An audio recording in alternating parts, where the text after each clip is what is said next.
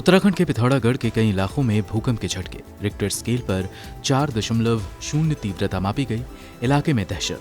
कुछ रोज पहले ग्लेशियर टूटने से अब तक जा चुकी है 62 लोगों की जान। टूलकिट मामले में हाईकोर्ट ने दिशा रवि को 3 दिन की न्यायिक हिरासत में भेजा। कोर्ट ने माना मामले की रिपोर्टिंग पूर्वाग्रह से प्रभावित और सनसनीखेज। कहा जांच से जुड़े तथ्य ना हो सार्वजनिक। पश्चिम बंगाल में चुनावी प्रचार करने गए गृह मंत्री अमित शाह ने दिशा रवि की गिरफ्तारी पर पुलिस का किया बचाव। कहा अपराधी की उम्र और पेशा ना देखें। झारखंड हाईकोर्ट ने दुमका कोषागार मामले में आरजेडी नेता लालू प्रसाद यादव की जमानत याचिका की खारिज। 2 महीने बाद नई याचिका दायर करने को कहा। डॉक्टरों के मुताबिक लालू की दोनों किडनी लगभग फेल। संयुक्त राष्ट्र ने कहा जम्मू कश्मीर से धारा 370 हटना अल्पसंख्यकों के लिए खतरे की घंटी। कानूनी बदलाव से बाहरी लोगों का राज्य में बसने का बनेगा रास्ता, जिससे आबादी में बदलाव आ सके। अमेरिका के टेक्सास में बर्फीले तूफान से अब तक 24 लोगों की मौत। सर्दी के कहर के बीच बिजली पानी की आपूर्ति प्रभावित होने से लाखों लोग परेशान। राकेश टिकैत बोले खेतों में फसल जला देंगे, पर आंदोलन छोड़कर कटाई के लिए वापस नहीं जाएंगे किसान। किसान बीते 70 सालों से कृषि में नुकसान उठा रहे हैं, एक और फसल सही। लगातार 11वें दिन पेट्रोल और डीजल के दाम में इजाफा। दिल्ली में पहली बार पेट्रोल प्रति लीटर 90 रुपए के पार। मुंबई में कीमत 96 से ज्यादा। और दक्षिण अफ्रीकी खिलाड़ी क्रिस मॉरिस बने आईपीएल के इतिहास के सबसे महंगे खिलाड़ी। चेन्नई में चल रही नीलामी में राजस्थान रॉयल्स ने 16.25 करोड़ रुपए में खरीदा।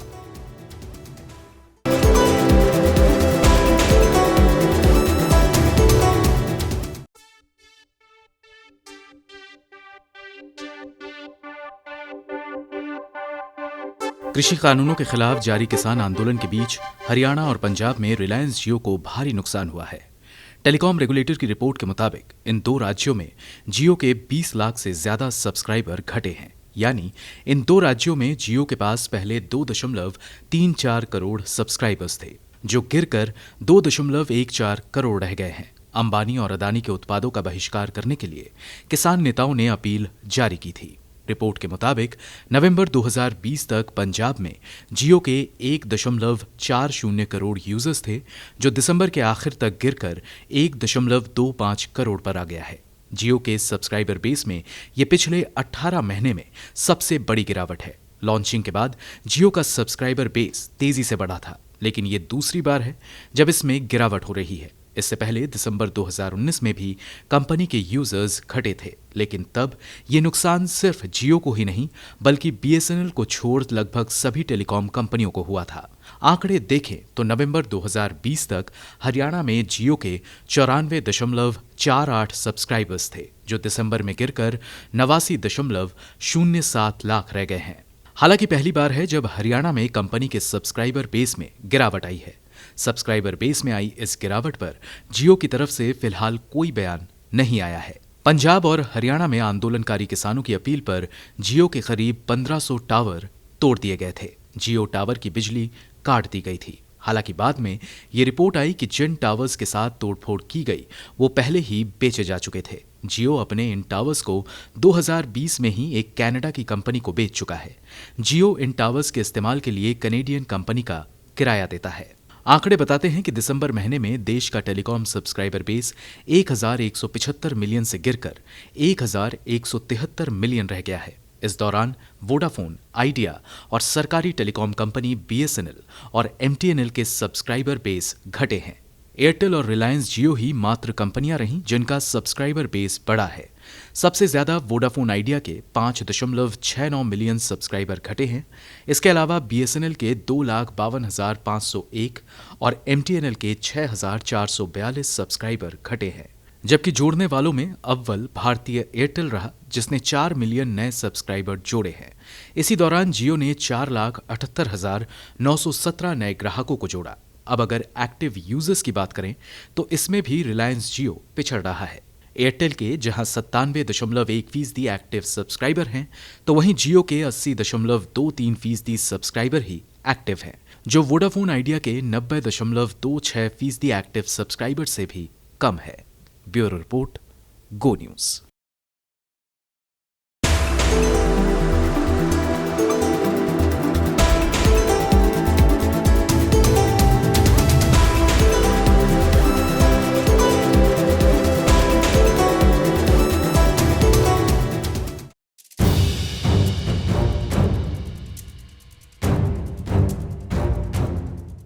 जम्मू कश्मीर के विशेष राज्य के दर्जे को समाप्त करने के फैसले को संयुक्त राष्ट्र के 2 स्वतंत्र मानवाधिकार विशेषज्ञों ने खतरे की घंटी बताया है।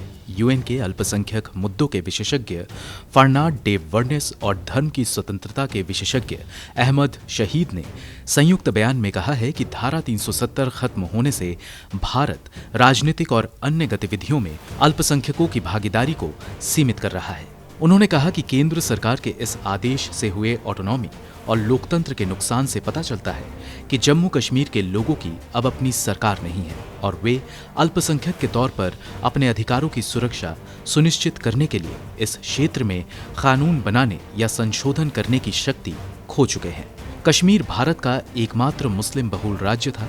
भारत ने आजादी के समय उन्हें अपने लोगों की जातीय, भाषाई और धार्मिक पहचान कायम रखने के लिए आंशिक स्वायत्तता प्रदान की थी। इसके लिए बकायदा संविधान में अनुच्छेद 370 और आर्टिकल 35A को जोड़ा गया, लेकिन 5 अगस्त 2019 को सरकार ने इस विशेष स्थिति को रद्द कर दिया और मई 2020 में तथाकथित डोमिसाइल नियम पारित किए, जो राज्य के बाहर के लोगों को वहां बसने का मौका देता है। पिछला कानून कश्मीरी मुस्लिम, पंडित, डोगरी, गुर्जर, पहाड़ी, सिख, लद्दाखी और अन्य स्थापित अल्पसंख्यकों को ही राज्य में संपत्ति खरीदने और राज्य की नौकरियों का अधिकार प्रदान करता था। कानूनों में हुए बदलाव जम्मू कश्मीर के बाहर के लोगों को क्षेत्र में बसने, क्षेत्र की जनसांख्यिकी में बदलाव करने और अल्पसंख्यकों के मानव अधिकारों को कमजोर करने की क्षमता रखते हैं। विशेषज्ञों ने ऐसा कहा। ऐसा नहीं है कि संयुक्त राष्ट्र ने पहली बार कश्मीर पर चिंता जताई हो। तकरीबन 6 महीने पहले यूएन भी मानवाधिकार विशेषज्ञों ने भारत सरकार से प्रदेश में मानवाधिकार की चिंताजनक स्थिति पर ध्यान देने और तत्काल कार्रवाई की मांग की थी। विशेषज्ञों ने कहा, प्रदेश में तत्काल कार्रवाई की जरूरत है। अगर भारत स्थिति को हल करने के लिए तत्काल कोई कदम नहीं उठाता है तो अंतर्राष्ट्रीय संगठनों को कदम उठाना चाहिए। विशेषज्ञों ने कहा कि भारत मानवाधिकारों के उल्लंघन के पुराने और हालिया मामलों की जांच करे और अपने दायित्व को पूरा करे, ताकि आने वाले समय में मानवाधिकार उल्लंघन को रोका जा सके। ब्यूरो रिपोर्ट, गो न्यूज।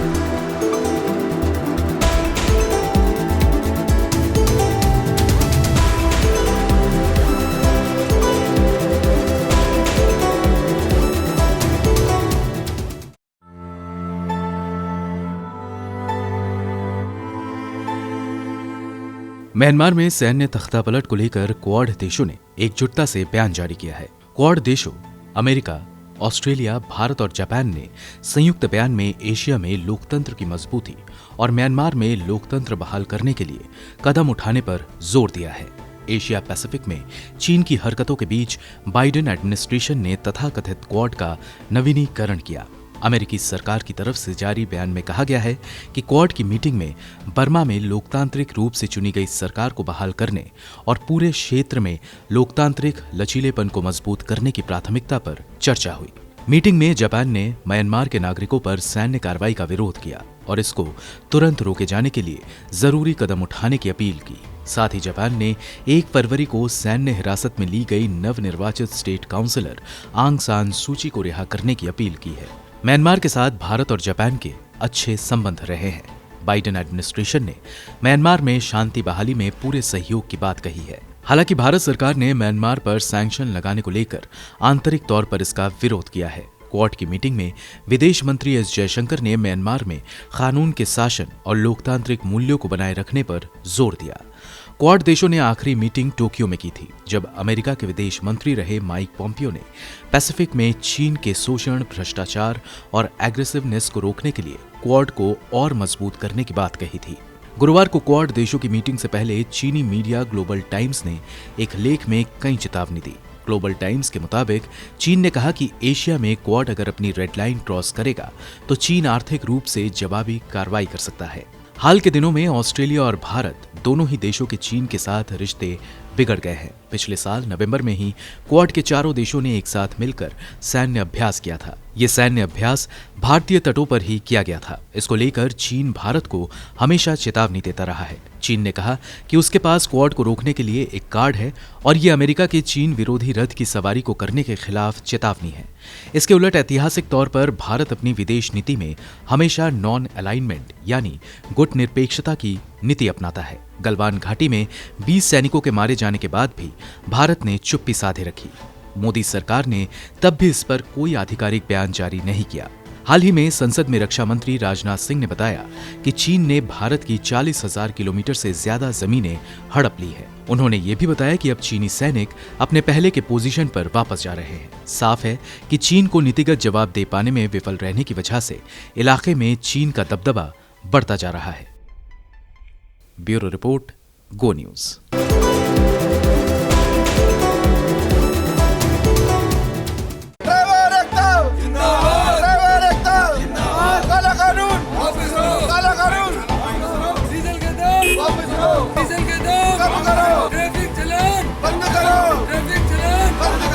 जहां पर एक तरफ दिल्ली के बॉर्डरों पे किसान विरोध प्रदर्शन कर रहे हैं, आज राजधानी के जंतर मंतर पे टैक्सी ड्राइवर्स ने एक विरोध प्रदर्शन किया। उनका कहना है कि ये एक सांकेतिक प्रदर्शन है, ज़्यादा लोगों को इकट्ठा नहीं किया गया। यहाँ पे टैक्सी ड्राइवरों का कहना है कि जहाँ पर एक तरफ डीजल के दाम बढ़ गए हैं, वहीं पे काम पहले से कम है और इन सब के साथ टैक्सी ड्राइवरों पे हज़ारों लाखों का चालान भी है। और इनका कहना है कि सरकार ने जिस तरह से नए नियम कानून बनाए हैं टैक्सी ड्राइवरों का, उसके कारण नुकसान हो रहा है। आज जो आप लोग ये प्रोटेस्ट कर रहे हैं, क्या मांगे हैं आपकी, क्या वजह है? मैडम, हम 6 सालों से दोनों सरकारों के खिलाफ हमारा आंदोलन है, आज जो डेमोन्स्ट्रेशन है, और ये सांकेतिक हमारा जो है डेमोन्स्ट्रेशन है। और क्योंकि डीजल की कीमतें बड़ी बढ़ा दी हैं कोरोना महामारी की वजह से, पहले ही हमारा काम बंद हो गया था। अब डीजल की कीमतें आसमान छू रही है, तो सवारियां हमें कहां से मिलेंगी। दूसरी बात यह है कि हमारे को इतने भारी भरकम ट्रैफिक चालान भेजे जा रहे हैं कि अंतवेजा की जितनी गाड़ी की कीमत उससे ज़्यादा ट्रैफिक चालान हमारे को भेजे जा रहे हैं। दूसरा, इलेक्ट्रिक गाड़ी को प्रमोट करने के लिए ये हमारे को तंग कर रही है, जो भारत सरकार और केंद्र सरकार है वो हमें तंग कर रही है। तो इस प्रकार से हम आज आंदोलन कर रहे हैं, यहाँ पे आज हम लोग आए। और ये आज जो आंदोलन हो रहा है, कितने टैक्सी ड्राइवर्स हैं जो आपके समर्थन में हैं? मैडम, आज ये हमारा सांकेतिक धरना है एक्चुअली, क्योंकि कोरोना चल रहा है, तो आज हमारा सांकेतिक धरना है बेसिकली। तो हम लिमिटेशन में आए और आज हम सिर्फ एक सरकार को चेतावनी देने के लिए आए कि ये गलत हो रहा है हमारे साथ और हमारे साथ जाती हो रही है। दिल्ली के कितने टैक्सी ड्राइवरों का समर्थन आपके साथ है? पूरे दिल्ली के सारे क्या हिंदुस्तान के लोगों का समर्थन है, लेकिन अब वो सड़कों पे उतरे किसानों की तरह, तो वो भी सही नहीं है कि जनता परेशान हो, तो हम ये लोग चाहते नहीं है इस तरीके तरीके से। कितने होंगे लगभग टैक्सी ड्राइवर्स दिल्ली में? लाखों मैडम, लाखों ड्राइवर है सारे। ये 4 लाख लोग पूरे परेशान है। ओला उबर कंपनी से परेशान है, हमारे डीजल के बढ़ने से परेशान है, हमारे ट्रैफिक चालान से सब परेशान है इस वक्त। मैडम आज हम लोग सब लोग इकट्ठा हुए हैं और हमारा टैक्सी का व्यवसाय पूरी तरीके से खत्म हो चुका है और टैक्सी व्यवसाय है नहीं। उसके ऊपर से डीजल पेट्रोल की सीएनजी की मार, ऊपर से काम नहीं है, ऊपर से चालान, ऊपर से रोज नए नए फरमान सरकार हमारे ऊपर ला देती है। अभी 25,000 रुपये का वन टाइम नेशन के नाम पे 25,000 का टैक्स हमारे ऊपर डाल रही है। हमारी गाड़ियों की फिटनेस हो नहीं पा रही हैं, पैसा है नहीं। इसलिए आज सारे चालक भाई इकट्ठा होकर आज हम एक सांकेतिक धरना कर रहे हैं, सरकार को चेतावनी दे रहे हैं। अगर सरकार ने नहीं सुना तो ये बड़ा और विकराल रूप भी लेगा और एक बड़ा जन आंदोलन बनेगा। प्रोटेस्ट करने का हमारा सीधा सीधा मुद्दा ये है कि एक तो हम ओला उबर की तरफ से हमारा जो किराया जो है ना उसको सरकार द्वारा निर्धारित करा जाए। अगर 5% कमीशन क्लाइंट से ली जा रही है तो हमसे 25% क्यों ली जा रही है? आप दोनों का बराबर 25% हमसे लो, 25% क्लाइंट से कमीशन लो। गाड़ी हमारी, सब कुछ हमारा तो बुरा हाल कर रखा है विदेशी कंपनी। तो ये बताइए, उबर ओला में जो लोग टैक्सी चला रहे हैं उनका आज की तारीख में पैसे बन पा रहे हैं कैसा? बिल्कुल नहीं। 6 रुपये किलोमीटर 25% कमीशन लेके जा रहे हो। बिल्कुल आत्महत्या करने की कगार पर है और लोग कर भी चुके हैं। गाड़ियाँ छीनी जा रही है दबा के, उसका पेट्रोल डीजल के रेट इतने आसमान को चढ़ चुके हैं कि आपके सामने जो दिल्ली सरकार, हाय हाय मोदी सरकार। इसके साथ ही जो ड्राइवर ओला और उबर जैसे ऐप्स के साथ में गाड़ियां चलाते हैं उनका कहना है कि सरकार उनका किराया तय करे और साथ ही लंबी फहरिस्त है शिकायतों की जो कि इन ड्राइवरों की है। उनका कहना है कि पैसे नहीं बन पा रहे हैं और वहीं पे उनका जो खर्च है वो लगातार बढ़ता जा रहा है। ऐसे में यहाँ पे टैक्सी ड्राइवरों का ये भी कहना है कि अगर सरकार उनकी मांगे नहीं मानती है तो आने वाले दिनों में वे और बड़ा प्रदर्शन भी कर सकते हैं। अंजलि ओझा, गो न्यूज़। सर समझ ही नहीं आ रहा हो क्या रहा है। पेट्रोल 100 रुपए प्रति लीटर करके जनता का तेल निकाल दिया। सर कुछ कहने लायक छोड़ा है किसी ने? पता नहीं ये गवर्नमेंट कहाँ लेके जाएगी। डाकू बंदूक के दम पे लूटते थे, भाजपा जनता को पेट्रोल की कीमतों के दम पे लूट रही है। कोरोना काल में भी कोई फायदा नहीं हुआ जब 25 बैरल था। आप देख लो आज तब भी कोई फायदा नहीं। इतना कोई ज्यादा रेट तो अब भी नहीं है पर बैरल। भाजपा ने पेट्रोल पंप को सरकारी लूट के अड्डे बना दिया है। यहाँ पे बड़ा बड़ा लिख देना चाहिए, भाजपा सरकार जनता पे भारी है, सरकारी लूट जारी है। पेट्रोल और डीजल की कीमतों में लगातार और बेतहाशा वृद्धि का दौर जारी है। आज दिल्ली में पेट्रोल 1 लीटर पेट्रोल की कीमत 90 रुपये के पार चली गई। वैसे डीजल की कीमत भी 80 रुपये से ज़्यादा हो चुका है। हम लगातार लोगों से बात कर रहे हैं। लोगों का कहना है कि जिस तरह से पेट्रोल और डीजल की कीमतों में लगातार इजाफा हो रहा है उससे आम लोगों के बजट पे उसका काफ़ी फ़र्क पड़ा है और काफ़ी लोगों को बोझ, जो रोज़ काम पे जाते हैं उन लोगों के कामकाज पे बोझ पड़ रहा है। इसी तरह से रसोई गैस की कीमतें जिस तरह से पिछले 2 महीने में 175 रुपये बढ़ाया गया। कितना फ़र्क पड़ रहा है? आप लोग जो जाते हैं रोज़ काम पे, कितना बजट पे फ़र्क पड़ रहा है और लगातार जो बढ़ रही है कीमतें उसको क्या कहेंगे? सर समझ ही नहीं आ रहा हो क्या रहा है। मतलब इतना गवर्नमेंट जो रेट बढ़ाए जा रही है और हर रोज़ तो चेंज होते नहीं है रेट। हमारे जैसे कि अब सर्विस में हम तो काम करते हैं तो रोज़ तो रेट चेंज होते नहीं हैं आपके, तो काफ़ी इफेक्ट पड़ रहा है। पता नहीं ये गवर्नमेंट कहाँ लेके जाएगी। अच्छे दिन का वादा किया था, आगे लग रहा है अच्छे दिन तो मोदी जी लेकर आएंगे ही। आपके बजट में कितना का फ़र्क पड़ा है? पहले जाते थे और अब काफ़ी फ़र्क पड़ गया जी। चाहेंगे कि कम हो क्योंकि जो क्रूड ऑयल है वो तो 60 पे है और बिल्कुल बिल्कुल 100 पार हो रहा है। जो टैक्सेस लगा रहे हैं ये वो समझ ही नहीं आता कि कैसे कर रहे हैं। और जब से डेली बेसिस पे हुआ है इस पे काफ़ी इफेक्ट पड़ा है। लगातार पेट्रोल और डीजल के दाम बढ़ रहे हैं, आज 90 रुपये से ज़्यादा। सर कुछ कहने लायक छोड़ा है किसी ने?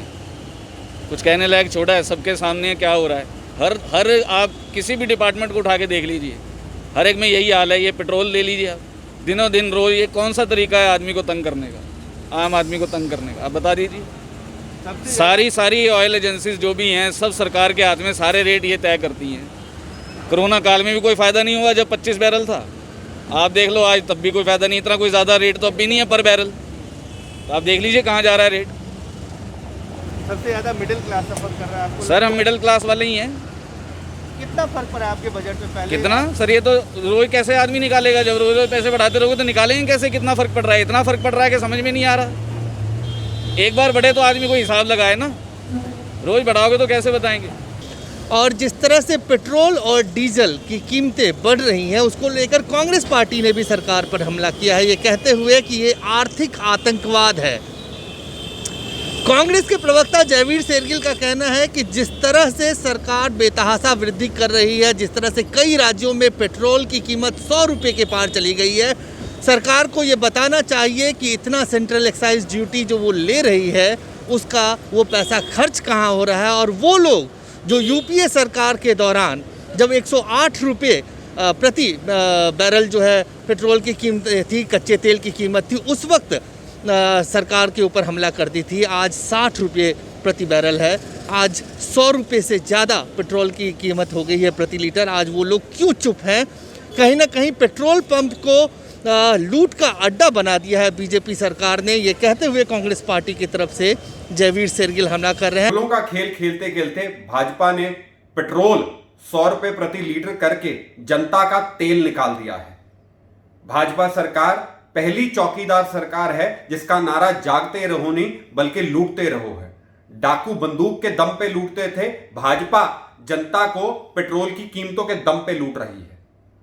आज जनता उन भाजपा के नेताओं की तलाश कर रही है जो 70 रुपए तेल जब $110 बैरल था तब धरने देते होते थे। ऐसे रंग बदलू भाजपा नेताओं को प्रेस वार्ता करनी चाहिए जनता को यह समझाने के लिए कि जब $60 बैरल हो गया है तो तेल 100 रुपए में क्यों बिक रहा है और नेपाल और श्रीलंका में और पाकिस्तान में हिंदुस्तान से सस्ता क्यों है।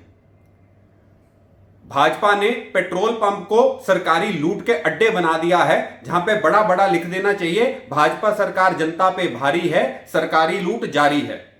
सत्य तो यह है कि आज दो, एक गोरा बनाने वाली क्रीम और दूसरी 100 रुपए प्रति लीटर तेल बेचने वाली भाजपा की टीम इस देश को चूना लगा रही है। ये 100 रुपए प्रति लीटर तेल बिकना महंगाई नहीं बल्कि भाजपा का आर्थिक आतंकवाद है जो हर घर को निस्तो नाबूद और तबाह करना चाहता है। तो ये भाजपा से एक गुजारिश है कि तेल की मुनाफाखोरी बंद करो, तेल की कीमतें कम करो। बहरहाल अगर हम पेट्रोल पंप पे बात करें, यहाँ जो भी लोग आ रहा है वो सीधे तौर पे उनका कहना है कि हम लोगों ने उम्मीद की थी कि अच्छे दिन आएंगे, लेकिन अगर ये अच्छे दिन है 100 रुपये से ज़्यादा कीमत हो चुकी है और इसके बावजूद सरकार कोई कदम नहीं उठा रही है, जिसका सीधा असर मध्यम वर्ग के लोगों पर सबसे ज़्यादा पड़ रहा है। अजय झा, गो न्यूज़। चुनाव मामले में 3 में से 2 बच्चियां जिनकी मृत्यु हो गई थी उनको आज क्रिमेट कर दिया गया, उनका दाह संस्कार कर दिया गया। परिवार लगातार सीबीआई जांच की मांग कर रहा है, लेकिन उत्तर प्रदेश प्रशासन की तरफ से और योगी सरकार की तरफ से अब तक इसको लेकर कोई आश्वासन नहीं दिया गया परिवार को। हमारे साथ मीम अफजल जी हैं, कांग्रेस के प्रवक्ता। परिवार तो चाहता है सीबीआई जांच, लेकिन अभी तक कोई उस पर फैसला उत्तर प्रदेश सरकार ने। देखिए, उन्नाव में पहले भी ये हुआ घटना, उसके अलावा एक और जगह पर भी आपको पता है कितना बड़ा हंगामा हुआ था और किस तरह से लाश एक महिला की जला दी गई थी बग़ैर इजाज़त के। रात के 12 बजे 1 बजे जला दी गई। कितना ज़बरदस्त हंगामा होने के बाद भी लगता है कि योगी सरकार ने कुछ सीखा नहीं है। तजर्बे से जो लोग सीखते हैं कम से कम आगे उसकी एहतियात करते हैं। मुझे ऐसा लगता है कि दलितों की, कमज़ोर तबक़ात की, माइनॉरिटीज़ की ज़िंदगी को तो ये कुछ समझते ही नहीं है और ये समझते हैं कि इनको साथ जो चाहो सलूक कर लो, कोई पूछने वाला नहीं है। ज़बरदस्त रिजेंटमेंट है उत्तर प्रदेश के अंदर और लोगों में ज़बरदस्त नाराज़गी है। और मैं ये समझ रहा हूँ कि जिस तरह से उन्होंने डिमांड की है सीबीआई की, इसमें हर्ज क्या है? अगर योगी सरकार उनकी तसल्ली के लिए सीबीआई की डिमांड को, सीबीआई से इंक्वायरी कराने की डिमांड को पूरा कर देती है तो इसमें कोई बुराई तो नहीं है। इसी से जुड़ा एक सवाल है, ज़्यादातर लोग ये मानते हैं कि चूँकि जो तीसरी बहन है जो जिसका इलाज चल रहा है और गंभीर हालत है उसकी, वो प्राइम विटनेस भी है और उसके इलाज में देरी ना हो उसे दिल्ली के एम्स अस्पताल में भर्ती कराया जाए, क्योंकि हाथरस मामले में भी ऐसे ही हुआ था, देरी हुई और बच्ची को बचाया न जा सका। अब आपने खुद ही जिक्र किया हाथरस का, तजर्बे से भी सीखना चाहिए। अगर आपकी नीयत ख़राब नहीं है और आप कोई हैंकी पैंकी काम नहीं करना चाहते तो आपको एम्स भेज देना चाहिए इनको। और एम्स में इसलिए भी भेजना ज़रूरी है कि उसकी सिक्योरिटी, जैसा कि आपने सवाल उठाया, उसकी सिक्योरिटी बहुत अहम है। वो तो विटनेस है इस सारे वाक़े की। अब कहा जा रहा है कि भाई पुलिस ने एक रिपोर्ट दी है कि ऐसा लगता है कि जैसे जहर खाया है और ख़ुद ही खा लिया है, तो फिर हाथ पैर कैसे बंध गए? तो बड़ा इम्पोर्टेंट सवाल है। बहुत छोटी छोटी चीज़ें हैं जिनको आदमी मैं यहाँ पर एक ही बात कहना चाहता हूँ आपसे कि उत्तर प्रदेश के अंदर जो कुछ भी वाक़यात हो रहे हैं, ख़ास तौर पे लॉ एंड ऑर्डर को लेकर के, उसमें पुलिस का जो रोल है उसके ऊपर हमेशा सवालिया निशान क्यों लगते हैं। मैं अपने जो पुलिस के कर्मी हैं उत्तर प्रदेश के, ख़ास तौर पर जो ब्यूरोक्रेट्स हैं, उनसे मैं कहना चाहूँगा, पुलिस के अंदर जो बड़े ऑफिसर्स हैं, कि सरकारें आती हैं और सरकारें जाती हैं। उनका काम सरकारों का पालन करना नहीं होता, उनका काम कानून का पालन करना होता है। अगर सरकार में आने वाले किसी पर्टिकुलर आदमी या किसी एक पॉलिटिशियन या किसी चंद पॉलिटिशियंस के कहने पर लोगों के ख़िलाफ़ केस बनने लगेंगे, लोगों के ख़िलाफ़ काम होने लगेगा, तो फिर ब्यूरोक्रेसी का रोल जो है वो कम से कम होता चला जाएगा। आपको लगता है कि ऐसे मामलों में प्रशासनिक मिलीभगत या प्रशासनिक लापरवाही, जानबूझ के इसको नज़रअंदाज कर देना ताकि जो सही दोषी है वहाँ तक नहीं पहुँच सके, ऐसा कोई रवैया उत्तर प्रदेश? बज़ाहिर ऐसा नज़र आता है, और मैं ये बात जानता हूँ कि उत्तर प्रदेश में दबाव किस तरह से डाला जाता है, पुलिस के ऊपर भी, प्रशासन के ऊपर भी। लेकिन प्रशासन को एक बात समझना चाहिए कि जो हमारा ब्यूरोक्रेटिक पूरा एक सिस्टम है, अगर वो इस दबाव के चलते काम करेगा तो अल्टीमेटली उसका नुकसान उस शहर को, उस जगह को, उस स्टेट को तो पहुंचेगा ही, लेकिन उसके साथ साथ जो उनका ब्यूरोक्रेटिक पूरा कहना चाहिए कि एक सिस्टम है, उसको बड़ा नुकसान पहुंचेगा। और ख़ास तौर पर जो बड़े अफसरान होते हैं उनका नाम बहुत इम्पॉर्टेंट होता है। अगर वो ठीक से काम करते हैं तो किसी पॉलिटिशियंस की भी हिम्मत नहीं है कि वो उनसे गलत काम करा सकें। लेकिन अगर वो इसका ध्यान नहीं करेंगे और कहना चाहिए किसी दबाव में या किसी लालच में, चाहे वो प्रमोशन का लालच हो या कुछ और लालच हो, अगर वो अपने बॉसेस की इस तरह से सुनने लगें कि इंसाफ लोगों को मिलना बंद हो जाए, अल्टीमेटली ये प्रशासन की नाकामी है और इसके लिए पूरे तौर पर ब्यूरोक्रेटिक सिस्टम जो है वो चरमरा जाएगा और उसका बहुत ज़बरदस्त नुकसान होगा। और आने वाले जो लोग काम कर रहे हैं ब्यूरोक्रेसी में, उनके कैरियर पर भी इसका बुरा असर पड़ेगा। तो साफ तौर से मीम अफजल जी का कहना है कि ऐसे मामलों में ज़्यादातर देखा गया है कि राजनीतिक दबाव में प्रशासनिक जो लोग हैं वो काम करते हैं, और हाथरस के मामले में भी ऐसा देखने को मिला। और अब इस मामले में समय रहते प्रशासनिक लापरवाही को ख़त्म करते हुए जो तीसरी बच्ची है उसको दिल्ली के एम्स अस्पताल में भर्ती कराया जाए, और परिवार जो सीबीआई जांच की मांग कर रही है उसको भी योगी सरकार को तुरंत मान लेना चाहिए। अजय झा, गोल्ड।